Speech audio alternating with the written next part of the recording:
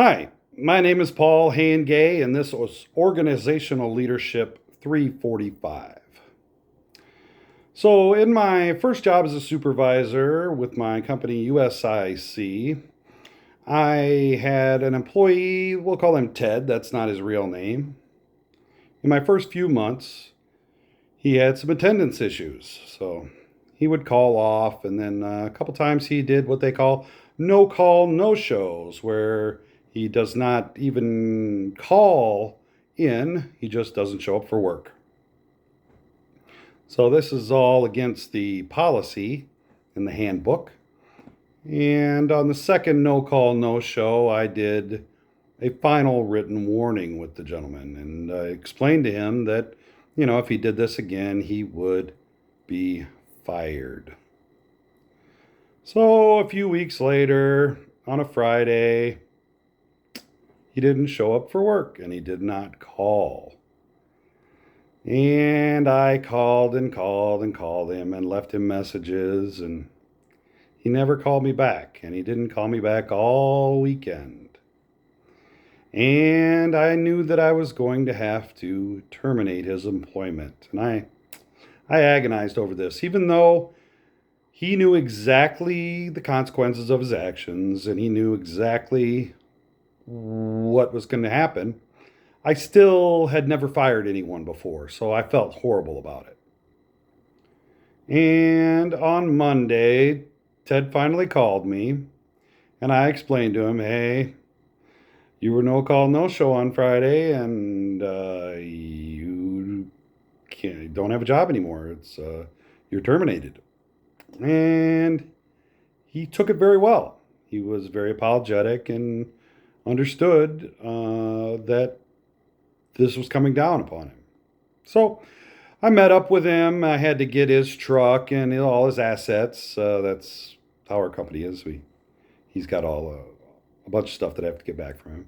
And he was again super polite and shook my hand and told me how much he appreciated me. And gosh, that made me feel even worse about fired him. And I hesitated. He explained to me why he was absent. He had gotten in a fight defending some young lady's honor. Some guy was bullying a lady, and he got in a fight with this guy.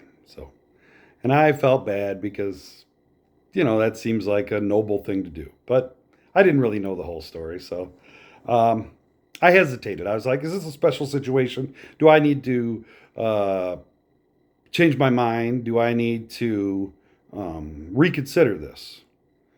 But the other employees knew about Ted and his no call, no show and his situation. And I couldn't go back on this and be fair to them. It wouldn't have been equal. Somebody else in this same situation maybe didn't have a good excuse, would get fired. And so now I didn't fire Ted, but then I fired the next guy. This wouldn't look good. So I needed to be even handed, and I knew that. So I continued on and I collected Ted's assets and I let him go. But it was rough on me. I had trouble sleeping that night. But I was a supervisor. That's what I signed up for. I needed to toughen up. And so I got over it. But a couple months later, I was sitting at home and I just happened to be looking through my Facebook, and there was a friend suggestion for Ted. Wow. He just popped up in there. Maybe it's because his phone number was still in my phone, or maybe he was looking at my Facebook. I don't know. But anyway, I decided to stalk him, and I looked at his profile, and it turns out he had moved to Hawaii, and he was now a fishing guide, and he was loving his life out there and making all kinds of fun posts about all the things he was doing and the adventures he was on. And so, really, that was a lesson to me that, not every job is a match for every person.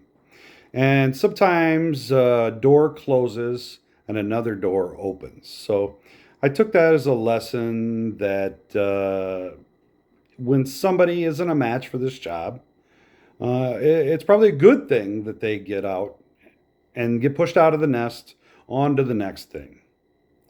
And I also thought of it as a lesson for myself.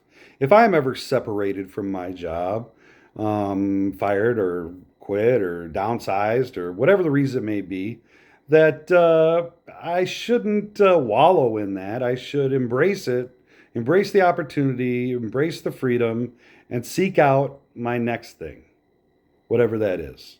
Something that I wouldn't have been able to do um, stuck in that current job. So, anyway, I hope you can take a lesson from this as well, and I hope I've entertained you a little bit as well. Thanks for listening.